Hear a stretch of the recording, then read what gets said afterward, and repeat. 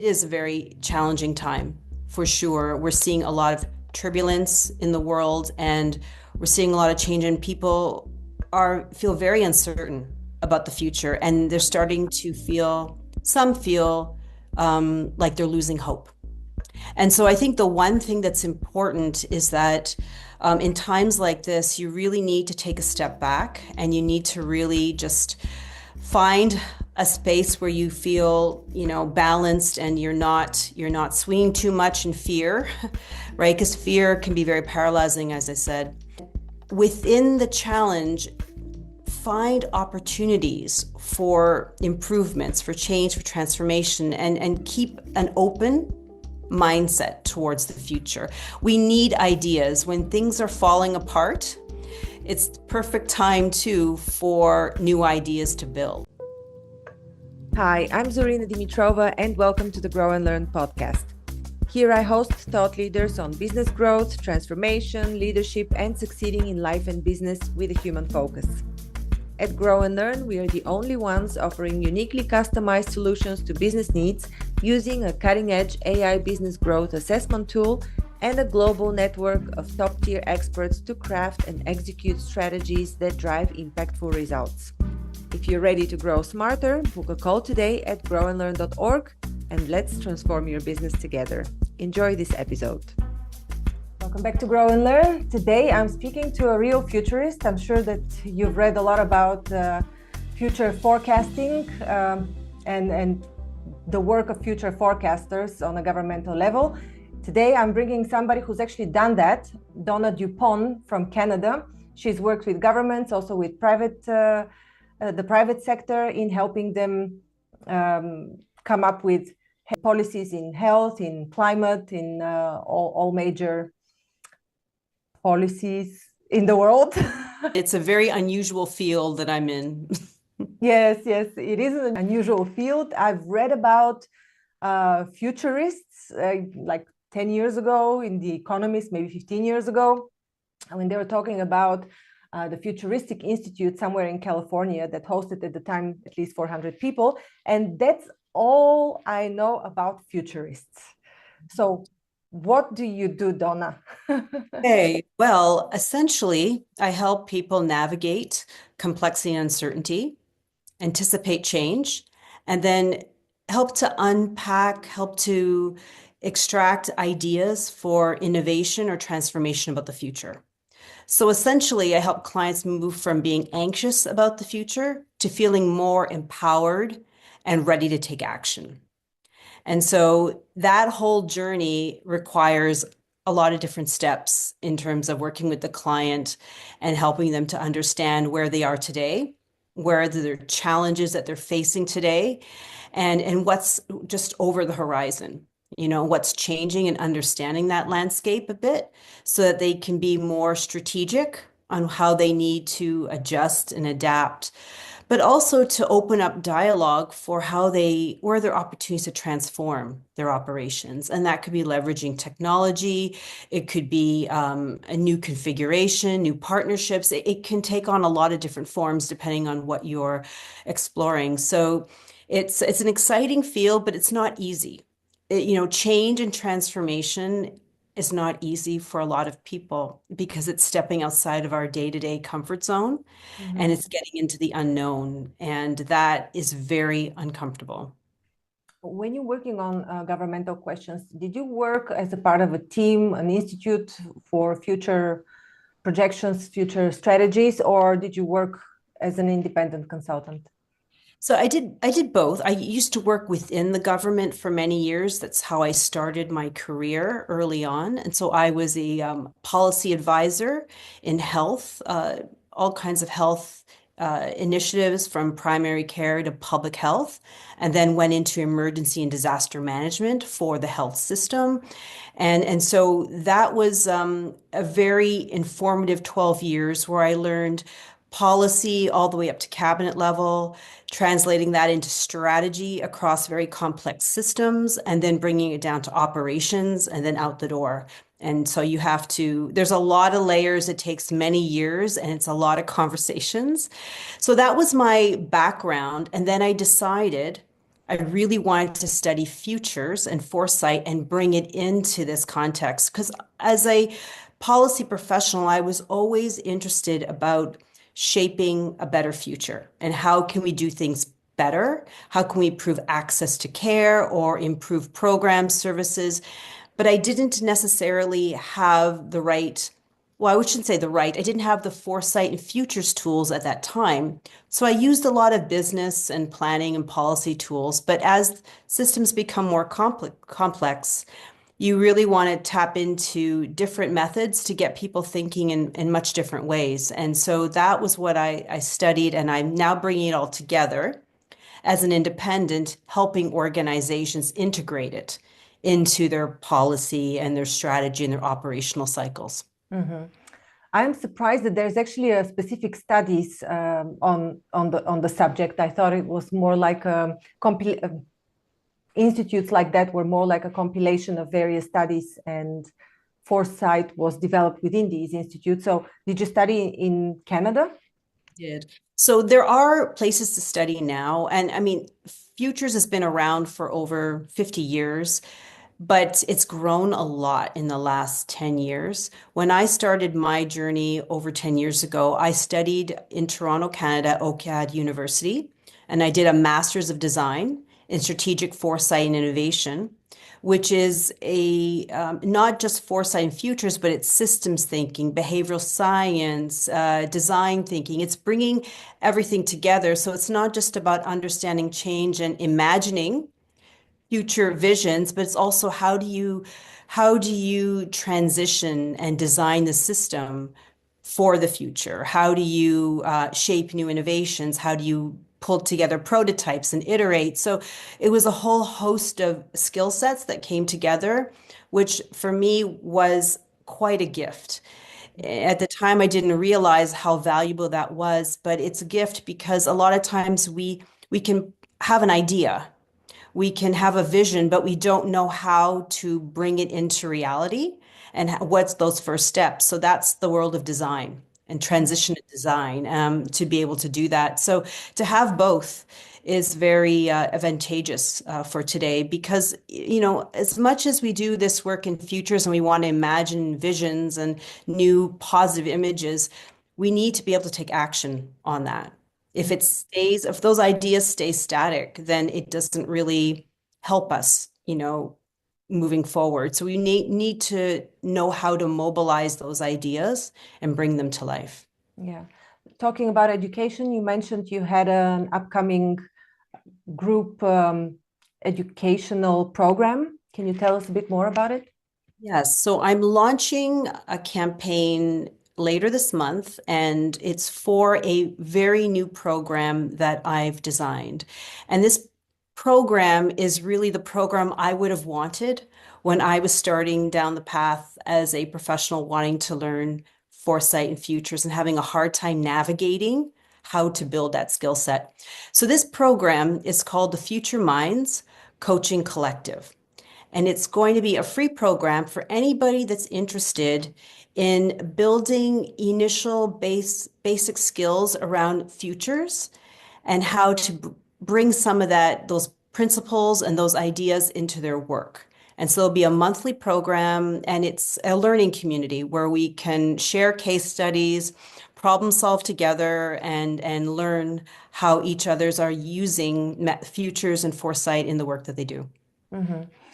When it comes to the particular work that Futures and Foresight is it simply anticipating and observing the trends and putting the most logical option together, or is it directing um, a, a desired situation and placing it in the right systems, designing everything around it?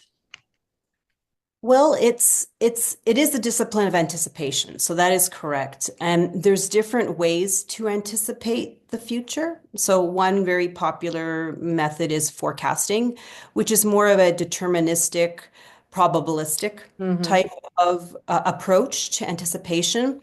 And it's really based on very limited variables, that have data Yeah. from the past that are very stable that we can project and forecast with a degree of confidence. When you start to get into foresight, you are more getting into the unstable, dynamic, emergent properties of the system. So it's, yes, looking at trends. You see a lot of reports on trends. Those are very important, but you need to be able to take the information of trends and ask, so what? So what does this trend mean for the work that I'm doing? How is this trend evolving? What's that evolution pattern look like, and how is that going to impact the work that I'm doing in my business, or how is it going to disrupt certain parts of the system that could have consequences? So it's understanding the trends and what that means from a bigger picture, a macro view, and then bringing it down to the business, right? And really doing that strategic thinking. So it requires some dialogue, not doing it independently, but getting a diverse group of people together to start to have some of these strategic conversations that what if these two elements were to come together? What would be the consequences and how would we respond?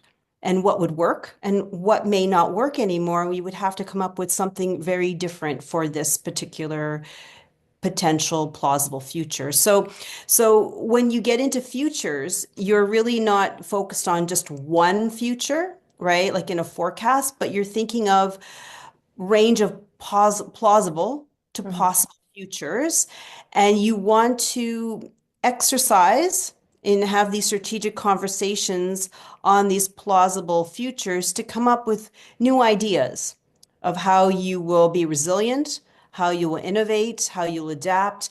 And oftentimes, when you do a range of futures and you kind of stress test those, you'll see some common themes emerge across all of them.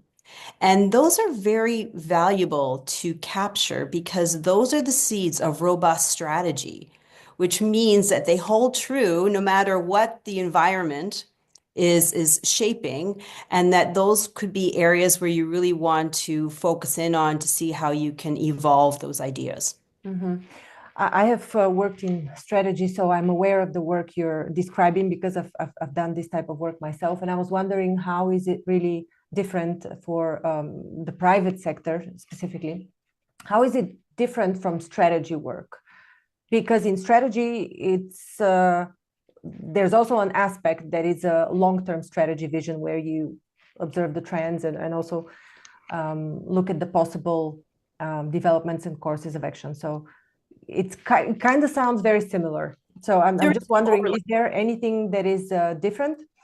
There's some overlap between the Mhm, two, and it really depends. A lot of businesses do use strategic foresight as part of their strategy. So mhm, it just depends on the time horizon that they're focusing on, mhm. right? Some, do short, near term, maybe 5 years, right? Which is in the futures world, that's very, Short very period. Yeah. short term.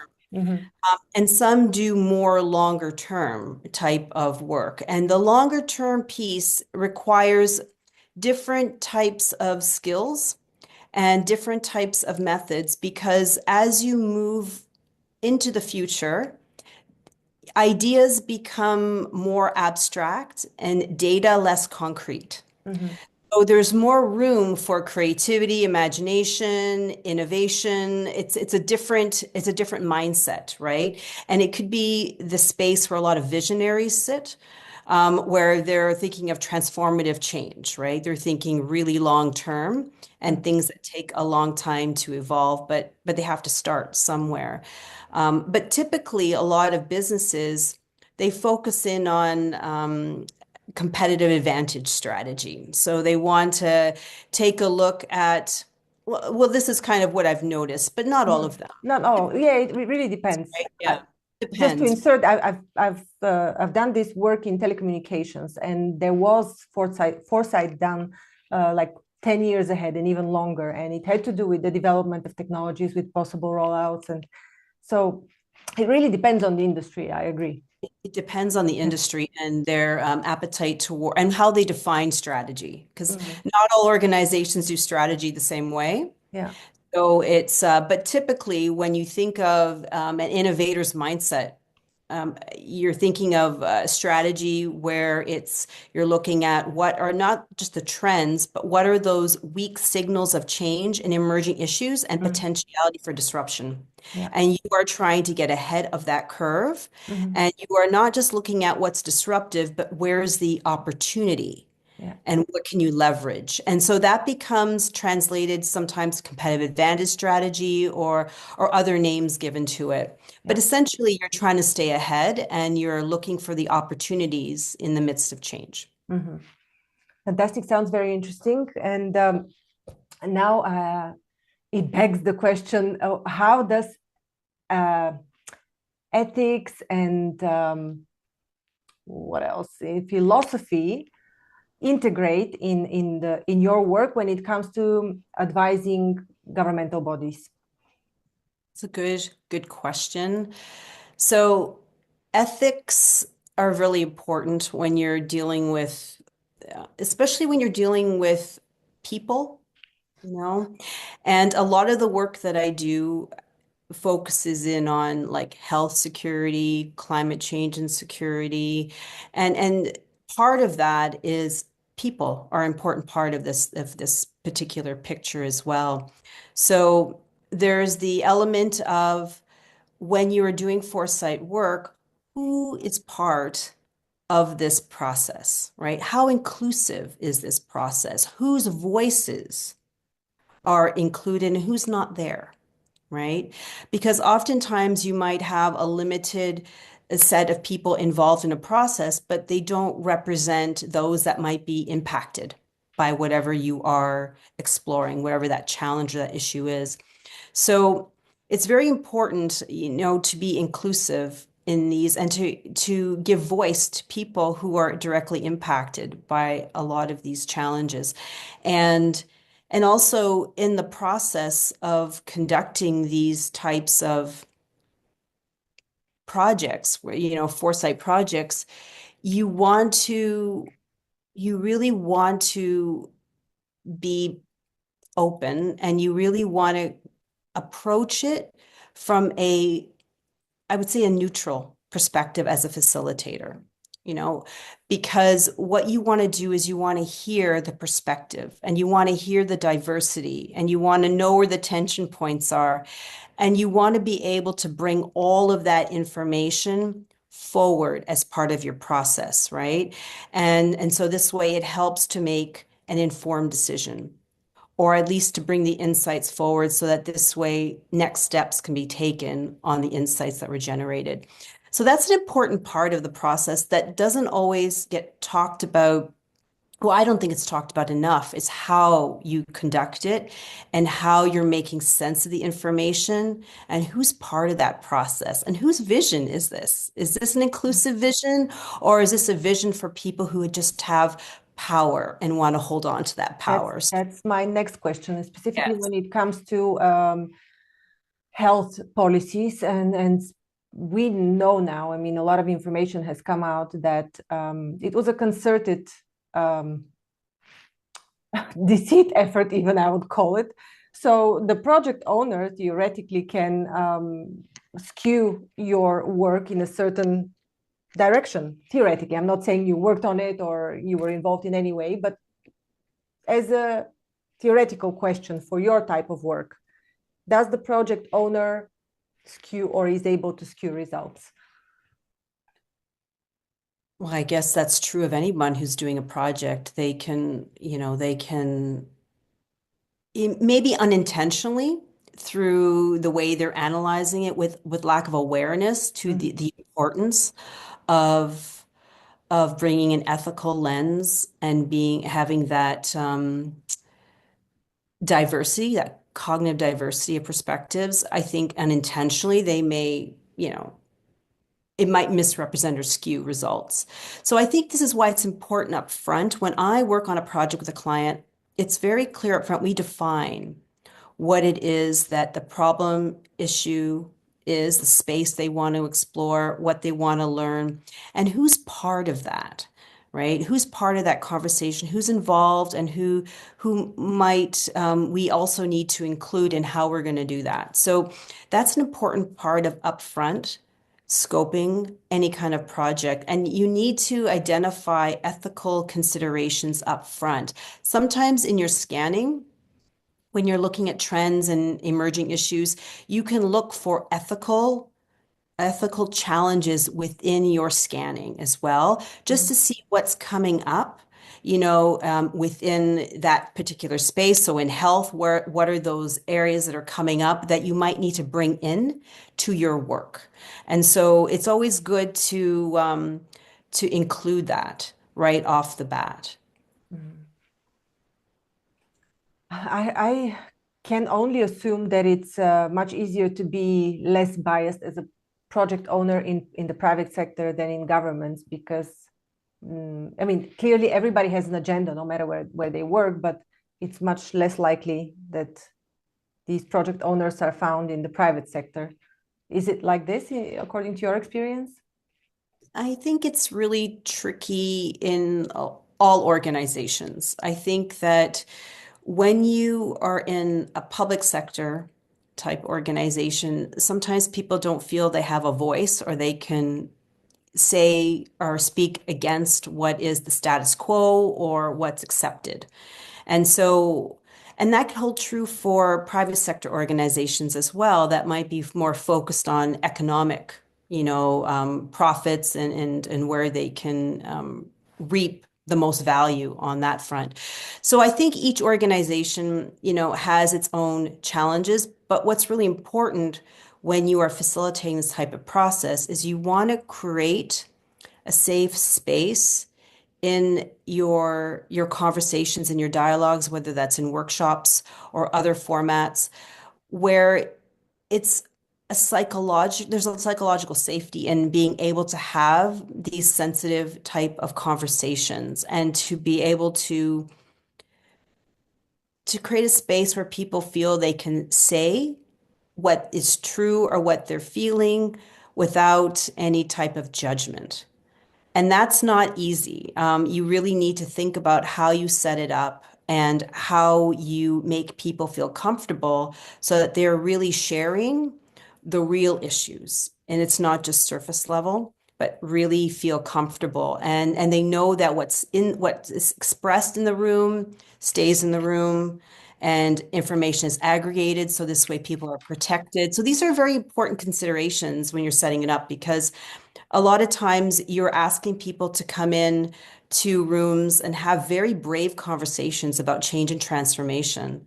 And they may poke at certain parts of the system they feel aren't working or inequitable or where it might be an elephant in the room and people know it's happening but don't want to talk about it. And so in order to really do good work, you need to create that safe space. Mhm. How long does such a process take in the private sector typically?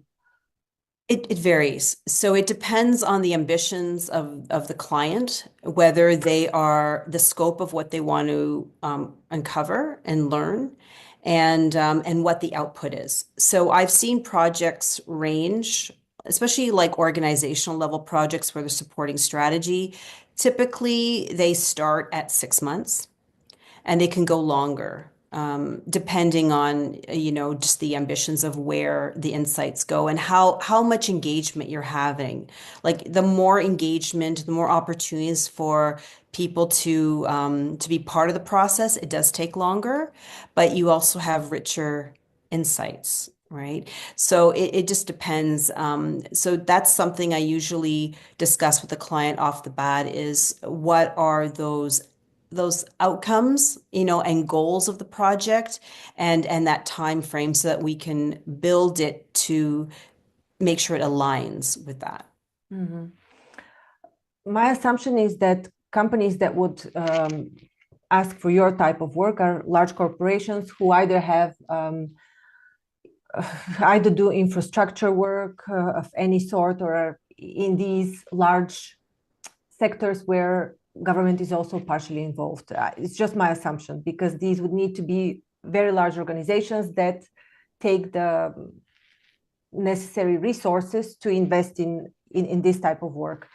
So when you do foresight work for these corporations, do you also look at the geopolitical situation and how this can impact these infrastructures? Yes, yes. So just to answer your first Yeah, question, typically, yes, for large foresight projects, they are larger organizations, institutions that would commission this type of work. yeah. However, I'm getting more requests to help smaller, more mid-sized organizations in building their internal capacity to do foresight. So it's kind of a lighter version, and how do we weave it into their existing process? And that's something I'm very excited about because that's how you have long-term change is to Mm. build within and learning and teaching how to do it. So that's so there's a range of different ways and it looks different. The model does look different depending on the client and their abilities. However, to your second question around the lens at which you understand the horizon, it is an expanded lens. So we look at a number of factors. STEEPLE is typically one acronym we use to talk about the different categories of which you would look at different trends, emerging issues or signals. So STEEPLE stands for social, right? So social patterns, trends, technology, economic, environmental, political, including geopolitics, which is really there's a lot of change, and that's having an effect these days on economic policies and which then has other consequences. And then legislative changes and ethics. So those are some really good starting It's like a categories. pestle analysis, It's similar. like a pestle. Yes. Yeah. So very similar. So those are the broad categories. And then within that, you might have subcategories. But the idea is some people end up with a lot of trends and then it becomes overwhelming to deal with all these trends. So part of the process is making sense of these patterns, understanding the evolution of these patterns and identifying the ones that are most relevant, right, for your organization or for the work or the sector that you're in, and then focusing on a subset of those particular trends and then moving them into strategic conversations through scenarios or other types of activities. Mhm. How can companies that are exploring now and looking to supplement their strategy function, how can they get a hold of you and maybe learn more about how you can help them? So for organizations that are interested in just learning more about foresight and how it can help their organization, they can go to my website, purplecompass.ca, and on the front of the website, you can book a 20-minute consultation with me just to discuss, what are some of your needs today. And then we can work on some potential foresight goals and a mini action plan that could help you today and into the future. Mhm. Fantastic. Donna, what else is important for your work that I didn't touch? And I'm sure that there are a lot of things that are important, but something that really is on the tip of your tongue and you want to spit it out. I think the one thing that I'm seeing the most today is that people are very afraid of all the changes that are happening around them, and that fear is making them paralyzed to take action on Sure. any front. Yeah.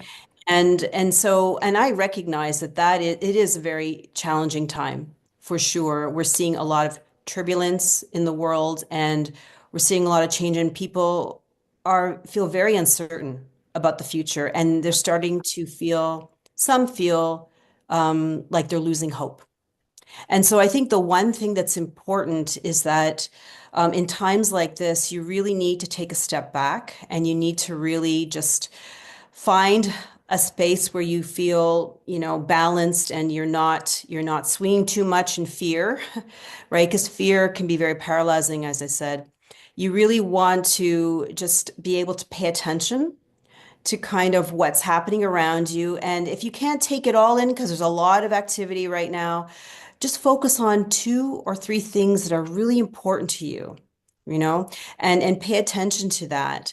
And and within the challenge, find opportunities for improvements, for change, for transformation, and keep an open mindset towards the future. We need ideas. When things are falling apart, it's the perfect time too for new ideas to build. So, and that's what innovators do and visionaries do. They're always looking for the opportunity anytime there's any turbulence in the world. So that would be my one advice, is to not lose hope, but just to keep an open mind towards the future and be open to lots of new ideas. Fantastic advice. Donna Dupont, I truly enjoyed this conversation, but before I let you go, when you're on your own, sitting in your living room in the evening, and you're hearing all the news and what is perspiring in the world, do you do foresight in your mind to kind of anticipate or even strategize what options are out there Yes, on the I do. large political Yeah, arena? I do, but it doesn't look like an academic Yeah. exercise. For me, because I've been in this space for a while, I'm always scanning. When I go on LinkedIn or I'm reading different journals, I'm always scanning, and for things that are like, oh, that's interesting. That's new. I save things. I keep an eye on things. I can't take action on everything because you have to pick and choose where you're going to focus your attention. But I definitely I try to stay aware and keep my eye on certain patterns that are changing and what that means for the work that I do. And especially with the geopolitical situation, I've been very much trying to pay attention with what the dialogue and the conversation is and how people are responding to that. And I think that's really important right now. Mhm. Do you find that companies are more in need of your services right now than before? I mean, Yeah, well, it's a rhetoric question, clearly. interesting question. I think Yeah. that, there's always uncertainty in the world, but I think now, today, everybody's feeling it. And there's a lot of turbulence in the world, and people just are, they're just very, the uncertainty and the complexity Yeah. is very uncomfortable. So yes, there's a lot more interest in strategic foresight. However, there's different ways of applying foresight, and there's different pathways. I come from a very strategic orientation and practice of foresight, with a lot of my early practice aligned and in collaboration with different security organizations and defense and security as well. So it's um, it's a different practice than the academic route, Hmm. right? Hmm. Might not always translate for a business. So you need to think about what is what is the intent or goal, right? And then find those use cases that really support that, or those processes that support what you're looking to learn from your foresight activities. Because I've seen, a mix. And sometimes there are people who are very good at the theory, but then the translation to practice is truly challenging. So you really want to find someone who's very practical, that has experience applying it, especially if it's a complex organization or a complex sector, and being able to work with the client. That's Yeah. another thing Oh, important, yeah. because for me to do it independently without the client, it's not the same as working together as a team and being able to evolve the processes to ensure the best output. So that's what I'm noticing right now. Fantastic conversation. Thank you once again. When is your course starting again? The Foresight course and the community that you're opening up? They will launch in, let's see, in March. March 25th is the first launch date. However, people can sign up for the wait list. That will begin later this month. And they can sign up, and we will send them details on on when we're ready to launch and all of the activities surrounding it. Fantastic. Thank you. I enjoyed it. Very interesting conversation. Thank you, Serena. Thank you for listening to Grow and Learn. We hope that you found our podcast informative, engaging, and inspiring. Our mission is to help you keep growing and learning, and we hope that our conversations and insights have provided you with practical advice and useful perspectives. If you're looking for personalized support and guidance to help you achieve your personal or professional growth objectives, I offer a range of services to help. As a trusted management partner and mentor, I work with businesses in the process of transformation, looking for new streams of business as well as M&A.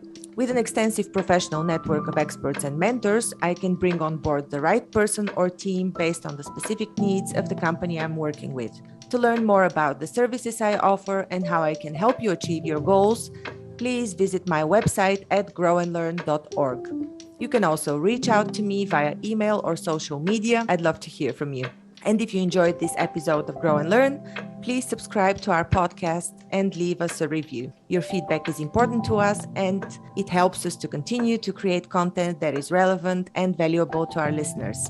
Thanks again for listening, and we look forward to sharing more insights and perspectives with you in the future.